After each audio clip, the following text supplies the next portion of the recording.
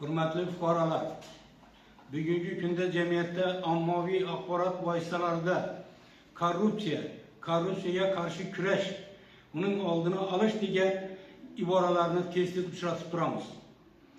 Buning asosiy sababi korrupsiya jahon miqyosida xalqaro tashkilotlar tomonidan transmilliy jinoyat deb tan olingan.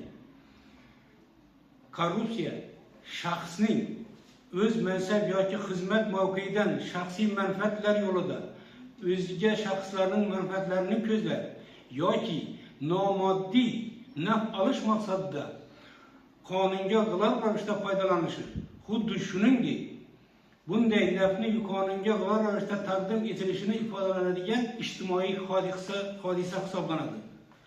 Shuning uchun barcha sohalarda korrupsiyaga qarshi kurashish, uni keltirib chiqaruvchi sabablarini aniqlash va oldini olish juda dolzarb mavzu bo'lib qolmoqda.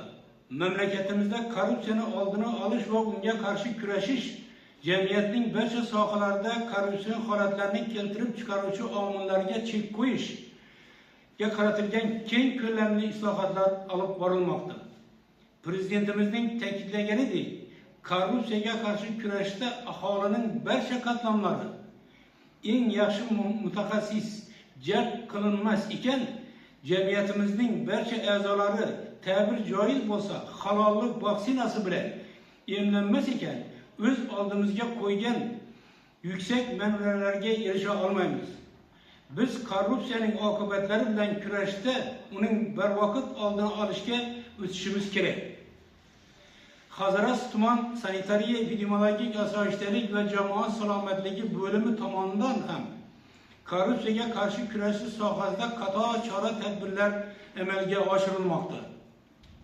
Jumladan, bo'lim faoliyatining ochiqligini ta'minlash, boshqaruv tizimining samaradorligini oshirish, mansabdor shaxslarning va boshqa xodimlarning o'z zimmasiga yuklatilgan vazifalarni bajarishi yuzasidan mas'uliyatni kuchaytirish, xizmat majburiyatlarining bajarilishi samaradorligi mezonlarini, standartlarini va uning sifatini baholash tizimlarini joriy etish, xodimlarning kasbiy hamda xizmatdan tashqari faoliyatdagi odob-axloqning yagona prinsiplari va qoidalarining belgilovchi odob-axloq qoidalarini samaradorligini amalga oshirib, manfaatlar to'qnashuviga yo'l qo'ymaslik, xizmat ko'rsatishning shaffof tartibini o'rnatish borasida doimiy ravishda ishlar olib borilmoqda.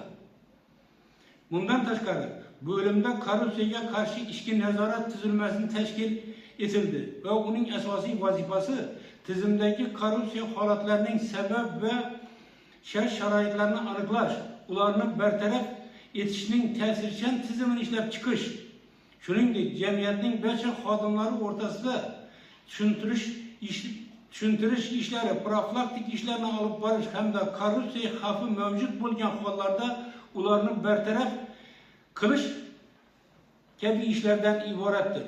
Hurmatli yurtdoshlar, qadrli do'stlar, yuqoridagi vazifalarni bajarishda biz sizlarni hamkorlikka chaqirib qolamiz va korrupsion holatlar kuzatilganda yoki shubha tug'dirganda va noqonuniy holatlar yuz berganda Hazrat tuman sanitariya epidemiologik osoyishtalik va jamoat salomatligi bo'limining rasmiy veb saytidagi aloqa kanallarimizga murojaat qilishingizni so'rab qolamiz.